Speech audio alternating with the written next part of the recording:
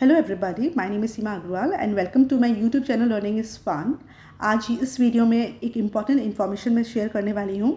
CTET 2024 दिसंबर का notification आ चुका है और उसमें पूरा डिटेल है कि इसको किस तरह से आप ऑनलाइन अप्लाई करेंगे, एग्ज़ाम डेट क्या है, एलिजिबिलिटी क्या है, सिलेबस वगैरह क्या है। तो आइए देखते हैं हम इसके क्या स्टेप्स फॉलो करके हम इस एप्लीकेशन फॉर्म को डाउनलोड कर सकते हैं। सबसे पहले आप गूगल सर्च इंजन पर CTET.nic.in 2024 आप जब टाइप करेंगे तो इस तरीके से आपको विंडो दिखेगी सीटेट की, और आपको ये सारे टैब भी दिखेंगे कि अप्लाई फॉर सीटेट दिसंबर 2024। ये डायरेक्ट टैब है, अगर आप इसको प्रेस करें तो डायरेक्टली उस पेज पर पहुंच जाएंगे जहाँ पे एप्लीकेशन फॉर्म है। लेकिन इसको एप्लीकेशन फॉर्म को फिल करने के पहले आप इनका बुलेटिन ज़रूर पढ़िए, डिटेल ज़रूर पढ़िए कि इनका एलिजिबिलिटी क्या है, क्राइटेरिया क्या है और क्या क्या चीज़ को आपको ध्यान रखना है एप्लीकेशन फॉर्म को फिल करने के लिए के पहले। इसमें प्रीवियस ईयर के फाइनल आंसर कीज़ वगैरह भी दिए हैं। एडमिट कार्ड को किस तरह से डाउनलोड करना है वो भी विंडो भी है। 2024 का रिजल्ट क्या आया था और इन्फॉर्मेशन बुलेटिन जैसे मैंने बताया, इसमें सारा डिटेल है एग्जामिनेशन का, सिलेबस का और फॉर्म को फिल करने का क्या प्रोसेस है, वो सब इसमें मेंशन है इन्फॉर्मेशन बुलेटिन का। तो एप्लीकेशन फॉर्म को फिल करने के पहले इन्फॉर्मेशन बुलेटिन को बहुत ध्यान से आप पढ़ लीजिए ताकि आपसे कोई भी मिस्टेक ना हो।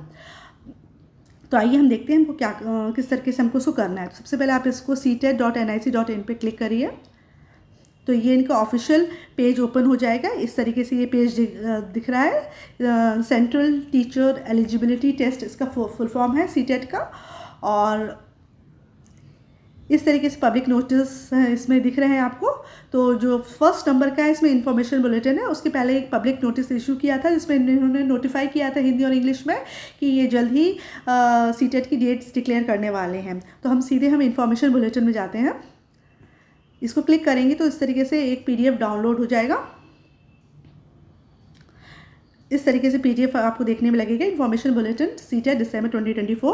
इसमें इन्होंने मेंशन किया है कि इस ऑनलाइन एप्लीकेशन फॉर्म को भरना 17 सितंबर 2024 से स्टार्ट हो चुका है। मतलब कल से 17 तारीख से शुरू हो गया है इस एप्लीकेशन फॉर्म को फिल करना, और इसका लास्ट डेट है अप्लाई करने का 16 अक्टूबर 2024 रात के 11:59 PM तक आप इसको भर सकते हैं 16/10/2024 को। तो आप इसको ध्यान रखिए कि विंडो 17 सितंबर 2024 से 16 अक्टूबर 2024 तक ही ओपन है, और आपको इसी ड्यूरेशन में आपको इस एप्लीकेशन फॉर्म के डिटेल्स को पढ़कर इसको ध्यान से भरना है, नहीं तो ये आपका मिस हो जाएगा। डेट ऑफ एग्जामिनेशन इनकी है 1 दिसंबर 2024। आइए हम देखते हैं इसमें और क्या डिटेल्स दिए हैं।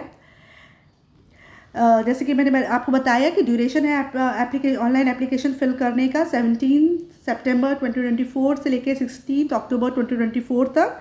Last date for submission of online application है 16/10/2024। मतलब किसी भी हालत में आपको 16 अक्टूबर तक ये फॉर्म फिल करके सबमिट करना है before 11:59 PM। Okay, last date for submission of fees भी सबमिट करने की लास्ट डेट 16 अक्टूबर 2024 ही है बिफोर 11:59 PM। जो एग्जामिनेशन की डेट है वो 1 दिसंबर 2024 है।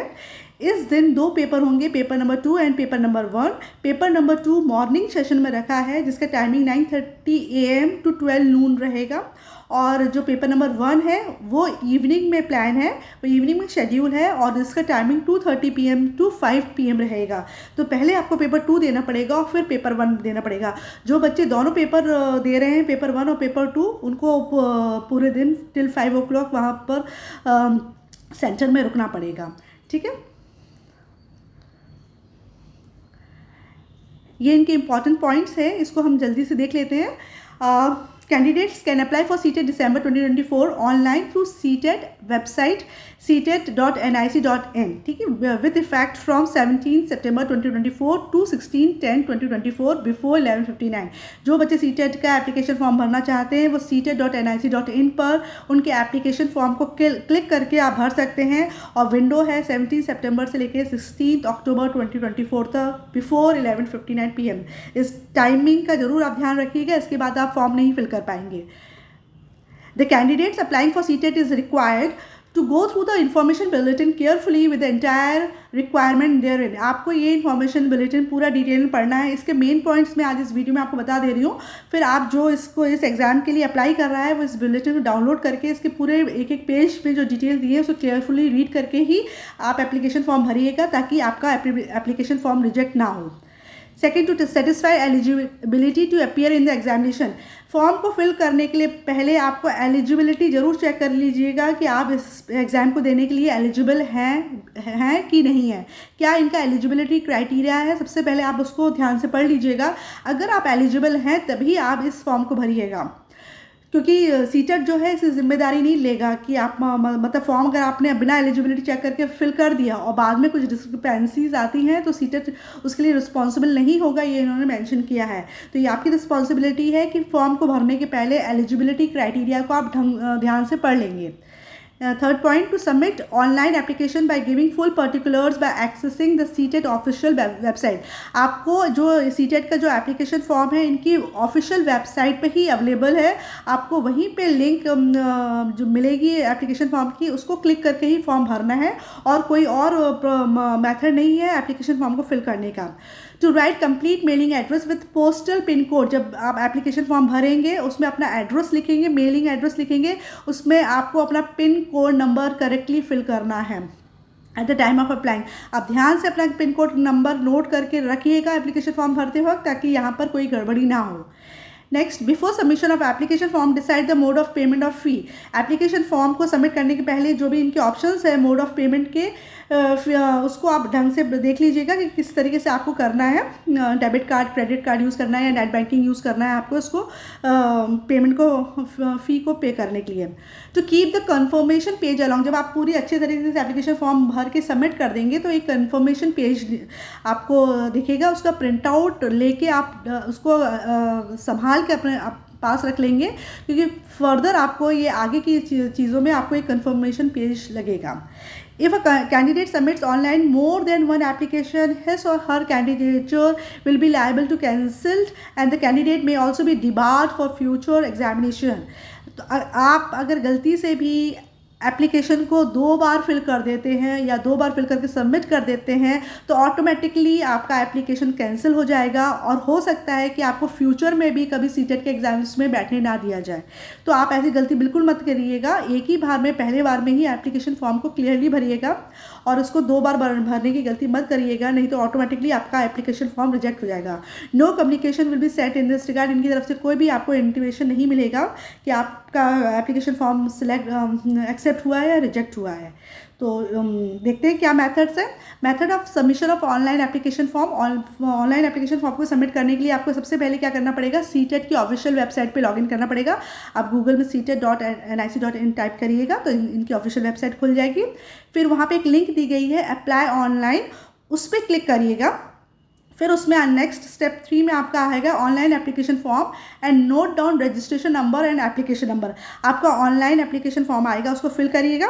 उसके बाद जो रजिस्ट्रेशन नंबर आपको इशू होगा या जो एप्लीकेशन नंबर इशू होगा उसको आप अपनी एक डायरी में नोट कर लीजिएगा, क्योंकि आगे का जो प्रोसेस होगा आपको ये दोनों नंबर आपके उसमें काम आएंगे। Upload latest scan photograph and signature. इस फॉर्म को भरने के लिए भरते वक्त आपको आपकी स्कैन फोटोग्राफ और आपका सिग्नेचर का स्कैन कॉपी लगेगा, तो वो आप पहले से ही अपने सिस्टम में फोटोग्राफ को और सिग्नेचर को अपने स्कैन करके रख लीजिएगा। पे एग्जामिनेशन फ़ी बाय डेबिट और credit card and net banking.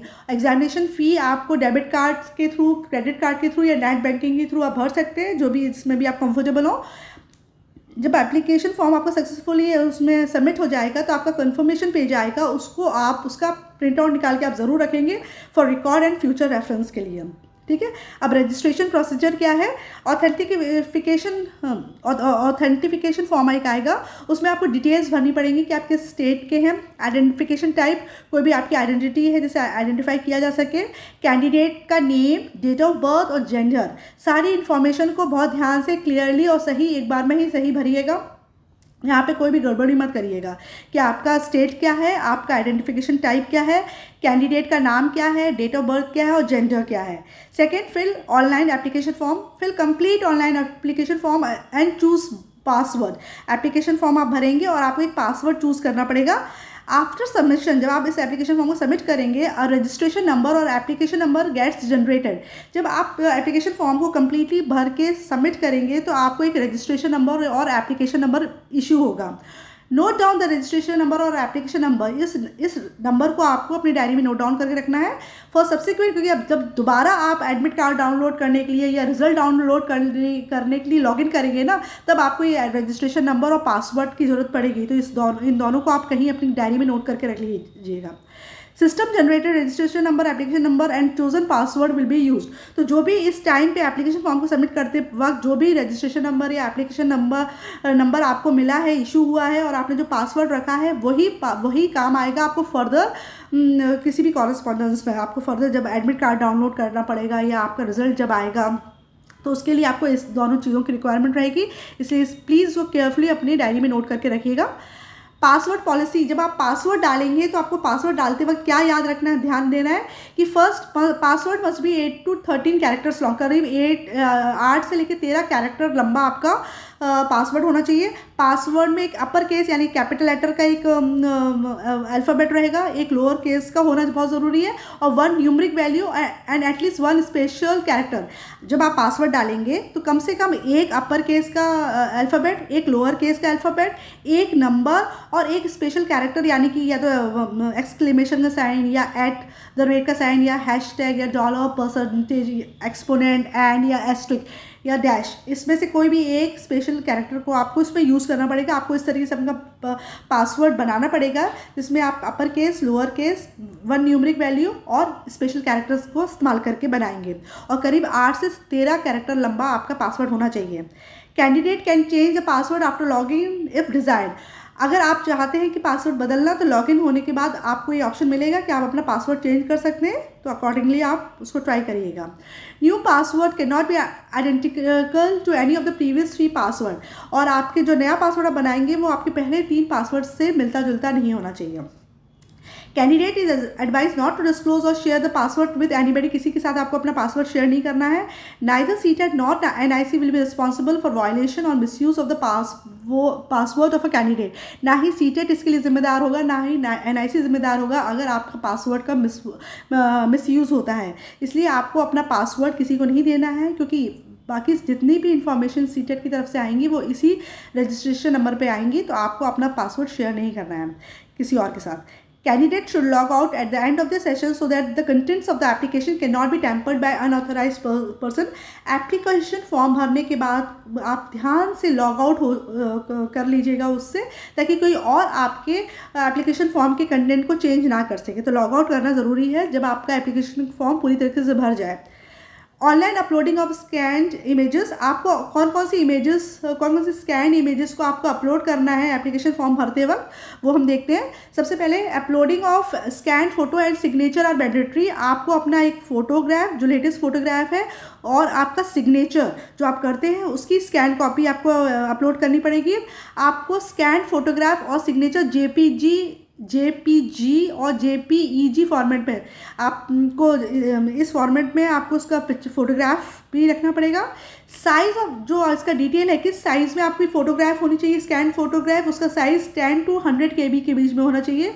जो आपकी इमेज आपने जो आपकी फ़ोटोग्राफ की जो इमेज डायमेंशन है वो 3.5 सेंटीमीटर से 4.5 सेंटीमीटर के बीच होना चाहिए।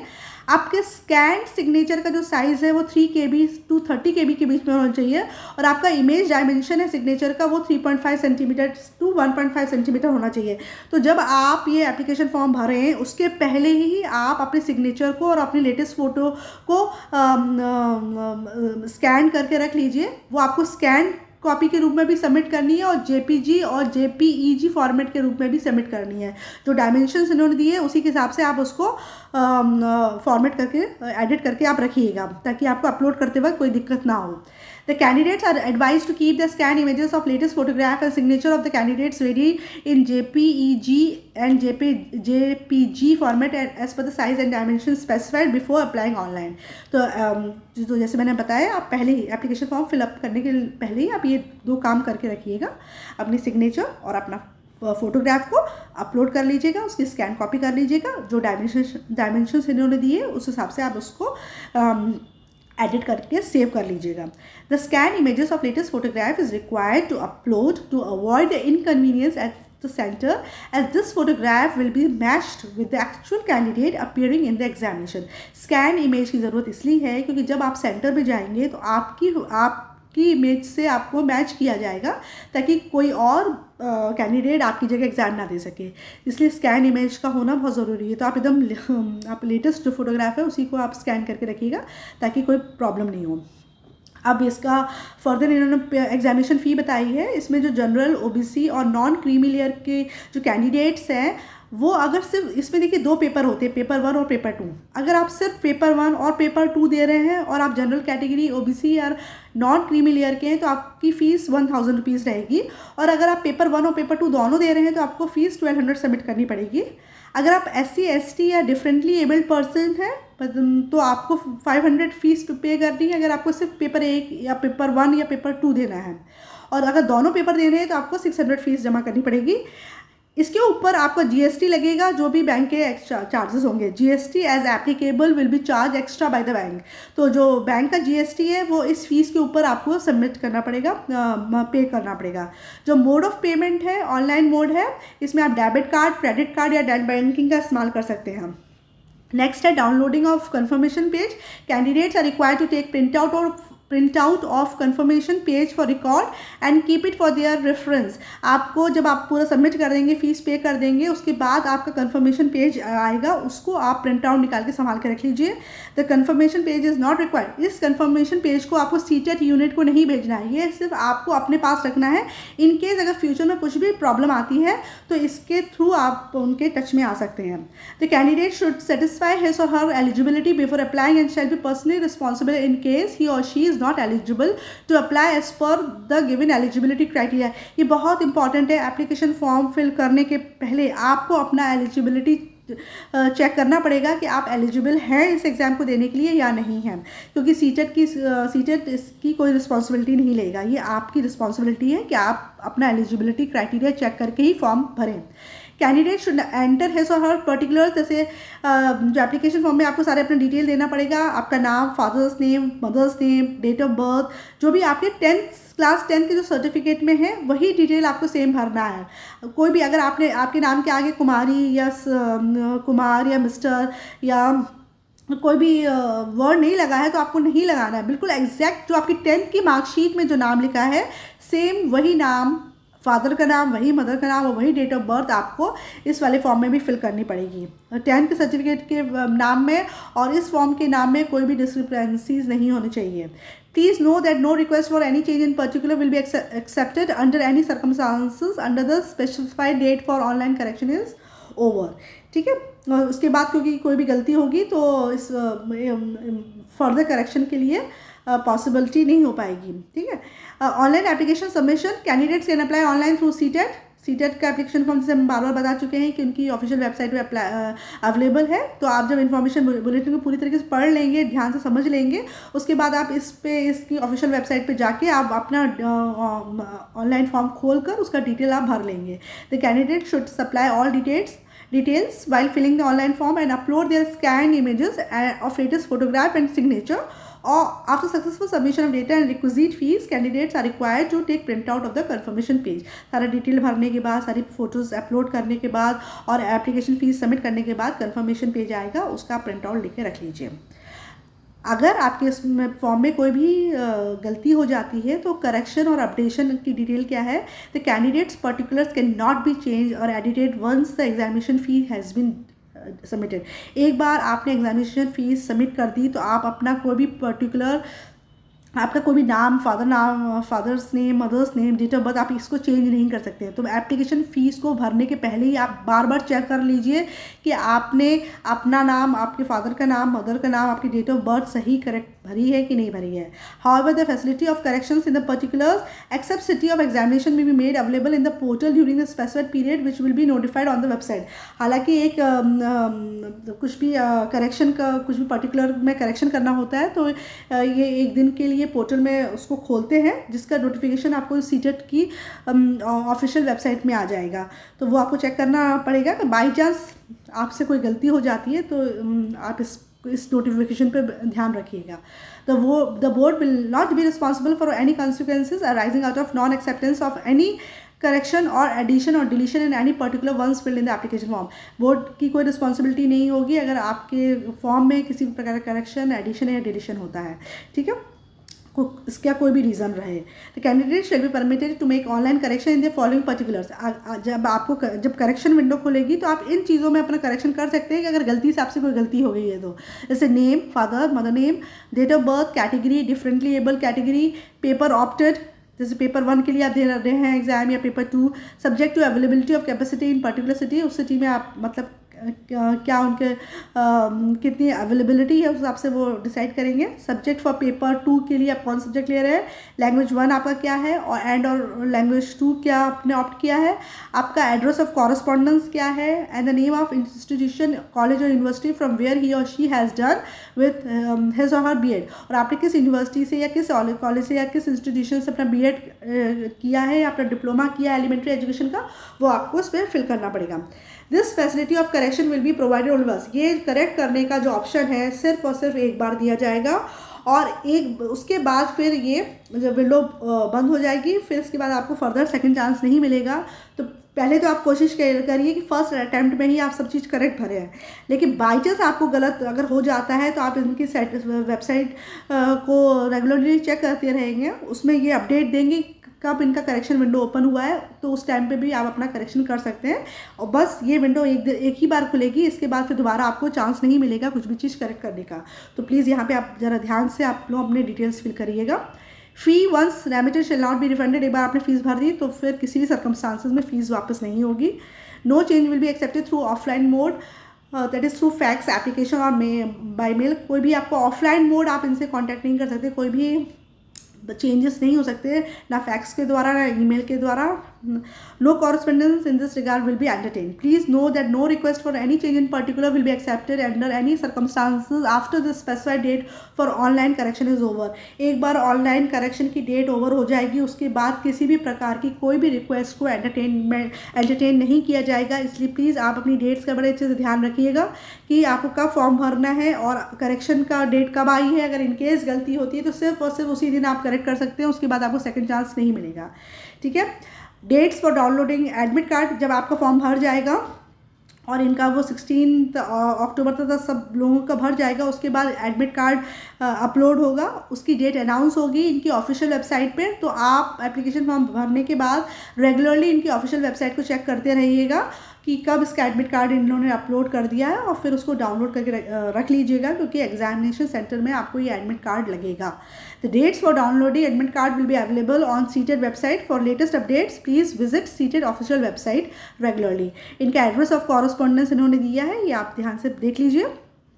दूसरा, जैसे बार बार इन लोग बोल रहे हैं कि कन्फर्मेशन पेज को रखिएगा फ्यूचर रेफरेंस के लिए।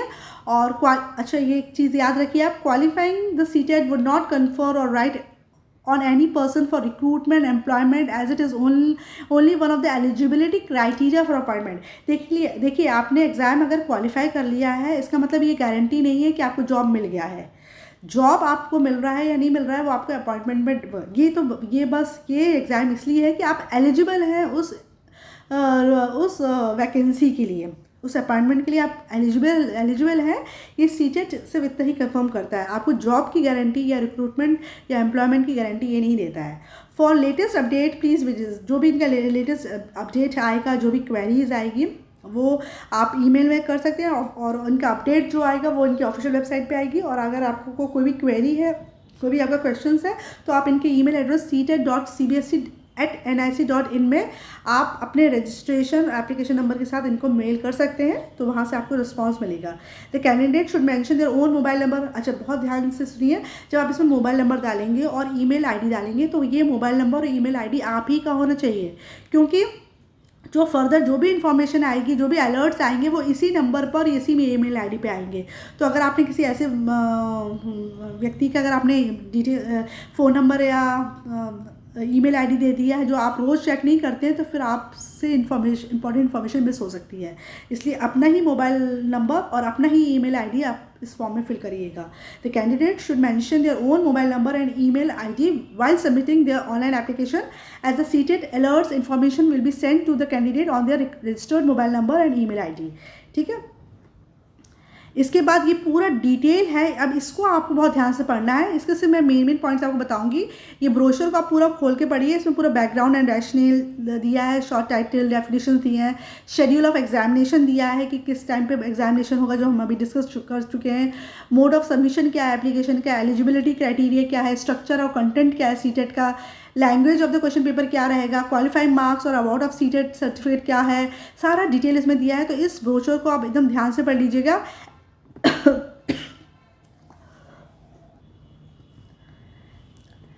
इसका applicability, validity period, examination centre, e admit card, procedure, examination fees, central teacher eligibility test के लिए एग्जामिनेशन फी क्या है, वेरिफिकेशन ऑफ एलिजिबिलिटी क्या है, फर्निशिंग ऑफ फॉल्स, रॉन्ग और इनएक्यूरेट इन्फॉर्मेशन करने पे क्या एक्शन लिया जाएगा, रीचेकिंग या री एवेल्यूशन का क्या प्रोसेस है, एमिनेंसेस क्या है, सर्टिफिकेट और मार्कशीट स्टेटमेंट क्या है, रीडिंग आउट रूल्स क्या है, डिस्प्ले ऑफ स्कैन कॉपी और ओमआर शीट, और लीगल जुरिस्डिक्शन, अपेंडिक्स 1 to 7 सब इसमें अटैच है। इसमें से बस मैं कुछ मेन पॉइंट्स आपको बता रही हूँ, बाकी आप डिटेल इसको ओपन करके डाउनलोड करके आराम से पढ़िए और पढ़ने के बाद ही एप्लीकेशन फॉर्म भरिएगा। इसमें आपको मेन ध्यान देने वाली बात क्या है कि आपके 2 पेपर होंगे और 1 दिसंबर को होना है। मॉर्निंग में सेकंड पेपर होगा जो कि 2.5 घंटे का होगा, 9:30 से लेकर 12 बजे तक, और जो पेपर 1 है वो इवनिंग में होगा। उसका टाइमिंग है 2:30 बजे से लेकर 5 बजे तक। ये भी 2.5 घंटे का पेपर है। In case number of candidates are more in any city, the exam में ऑल्सो भी कंडक्टेड ऑन 30 नवंबर। जैसे हमने पहले ही बोला है कि अगर नंबर ऑफ कैंडिडेट्स बहुत ज़्यादा हो जाएंगे तो 1 दिसंबर के अलावा 30 नवंबर 2024 को भी ये एग्ज़ाम कंडक्ट कर सकते हैं, मतलब 2 दिन एग्ज़ाम हो सकता है। ठीक है, बाकी हमने mode of submission of application ढंग से पढ़ लिया है। इसको आप एक बार ध्यान से देख लीजिए, आप एलिजिबल हैं कि नहीं हैं। ये एलिजिबिलिटी चेक करने के लिए ये आपका जो nct.gov.in आप जो वेबसाइट देख रहे हैं इसकी लिंक क्लिक करेंगे तो आपको इस तरीके से फॉर्म ओपन होगा।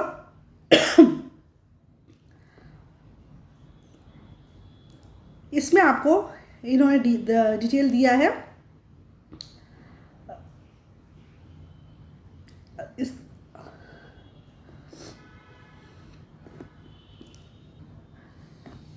तो जब हम ये लिंक क्लिक करेंगे nct.gov.in तो इसमें इन्होंने एलिजिबिलिटी क्राइटेरिया दिया हुआ है, उसको आप डिटेल्स पढ़ के आप अपने एलिजिबिलिटी स्टेटस चेक कर लीजिएगा कि आप एलिजिबल हैं इस एप्लीकेशन फॉर्म के लिए कि नहीं। और ये बाकी डिटेल्स है, इनको आपको ध्यान से पढ़ना है। इसमें मैं आपको बस मेन पॉइंट बता देती हूँ कि जो स्ट्रक्चर और कंटेंट क्या है सीटेट का। All questions in CTET will be multiple choice question, सारे MCQs आएंगे जिसमें 4 ऑल्टरनेटिव्स होंगे और इसमें से एक को आपको टिक करना पड़ेगा, 4 में से एक को टिक करना पड़ेगा जो आपको करेक्ट आंसर होगा। हर क्वेश्चन में को 1 मार्क होगा और there will be no negative marking. ठीक है ना, आपको हर करेक्ट आंसर के लिए 1 मार्क मिलेगा और नेगेटिव मार्किंग नहीं है। 2 पेपर होंगे, पेपर 1 और पेपर 2। जिन स्टूडेंट्स को 1 to 5 का टीचर बनना है वो पेपर 1 ऑप्ट करेगा और जिसको 6 से लेकर 8 तक के टीचर के लिए अप्लाई करना है वो पेपर नंबर 2 को सिलेक्ट करेंगे। और जो लोग क्लास 1 to 5 और 6 to 8 दोनों के लिए ओपन है कि मतलब दोनों में वो पढ़ा सकते हैं, तो फिर उनको दोनों पेपर 1 और पेपर 2 देना पड़ेगा। पेपर 1 जो होगा वो जो पेपर 1 होता है वो क्लासेस 1 to 5 के लिए होता है, प्राइमरी स्टेज के लिए होता है। इसका जो एग्जामिनेशन ड्यूरेशन है वो 2.5 आवर का है और इसमें ये सब्जेक्ट्स हैं, 5 सेक्शंस आएंगे, सारी कंपलसरी है। चाइल्ड डेवलपमेंट एंड पेडागोजी ये कंपलसरी है। 30 MCQs इसमें पूछे जाएंगे, यानी कि 30 मार्क्स का ये होगा, 1 मार्क ईच। मैथमेटिक्स भी कंपलसरी है, ये भी 30 मार्क्स के MCQs होंगे। एनवायरमेंटल स्टडीज़ में भी 30 MCQs होंगे जो कि 30 मार्क्स होंगे। तो 5 कंपलसरी है। लैंग्वेज 1 जो आपने ऑप्ट करी होगी उसमें के 30 MCQs होंगे और लैंग्वेज 2 जो आपने ऑप्ट करी होगी उसके 30 MCQs होंगे, 30 मार्क्स। इस तरीके से टोटल मार्क्स 150 हो जाएगा। और बाकी डिटेल्स में क्या सब्जेक्ट में कौन सा लैंग्वेज 1 का लैंग्वेज 2 लेना है वो आपको यहाँ पर डिटेल में ढंग से इसको देखना पड़ेगा ध्यान से। जो पेपर 2 होगा